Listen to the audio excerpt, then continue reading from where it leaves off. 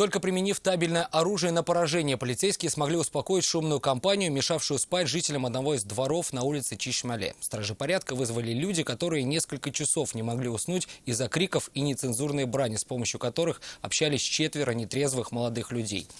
На замечание компания не реагировала, как, впрочем, и на требования полицейских. Вместо этого, проигнорировав предупредительные выстрелы, напали на сотрудников патрульно-постовой службы. Ленар Гинатуллин узнал все подробности. В этом дворе сегодня только и рассказывают, кто что видел и слышал минувшей ночью. Днем этот двор кажется очень тихим и спокойным, но ночью жители этого дома так и не смогли уснуть. Они стали очевидцами потасовки. Компания молодых людей очень громко распивала спиртные напитки и никак не реагировала на замечания жителей. После прибытия сотрудников полиции они оказали им сопротивление. Все произошло буквально под окнами квартиры, где живет Алевтина. Первый этаж все слышно отчетливо. Рассказывает, что страдает гипертонией. Вечером легла спать, но не вышла. 3 молодых человека и девушка, явно нетрезвые, стояли прямо под окнами. Матом не ругались, на нем скорее разговаривали. Причем очень громко. 12 ночи, первый час пошел уже. Я думаю, ну, может быть, успокоиться. Нет. Половина первого я мучаюсь.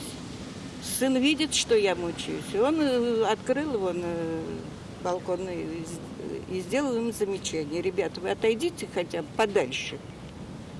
Ладно, ладно. А это ладно целый час. Ее сын и вызвал полицию, когда понял, что просто так компанию не образумить. Женщина этого не знала и в очередной раз выглянула на улицу, чтобы предупредить, что собирается звонить стражам порядка.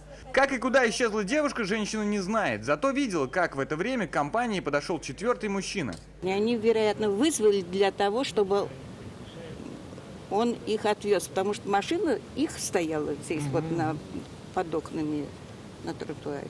Позднее он в полиции рассказал, что не смог утихомирить возбужденных алкоголем товарищей, сам в тот вечер был абсолютно трезв. Я говорю, все, я забираю, как самый трезвый селектор, да, и все, расходимся. У них перепалка произошла. Конкретных слов, говорят жители дома, тут было уже не разобрать. Все смешалось в один крик, затем выстрелы.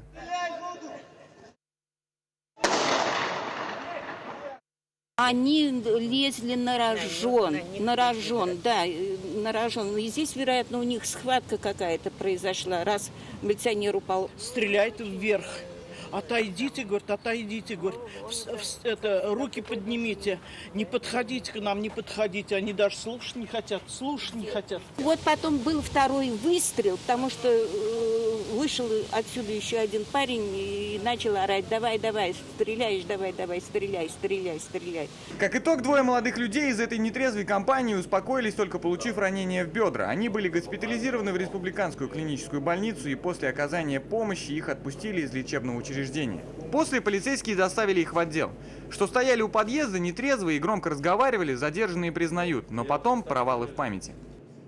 Приехал сотрудник ДПС, начали бить.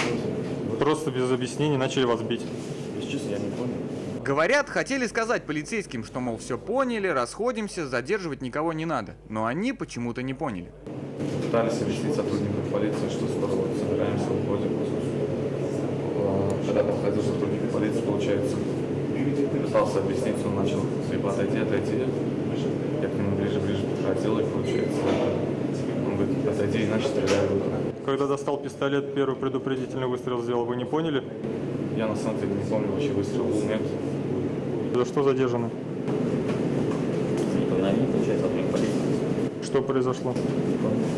То, что не помнят задержанные, еще не скоро забудут жители этого двора. Не каждый день под окнами боевик. Говорят, молодых людей, конечно, в какой-то степени жалко, но виноваты они сами. В действиях задержанных усматриваются признаки преступления, предусмотренного статьей 318 Уголовного кодекса Российской Федерации, применение насилия в отношении представителей власти.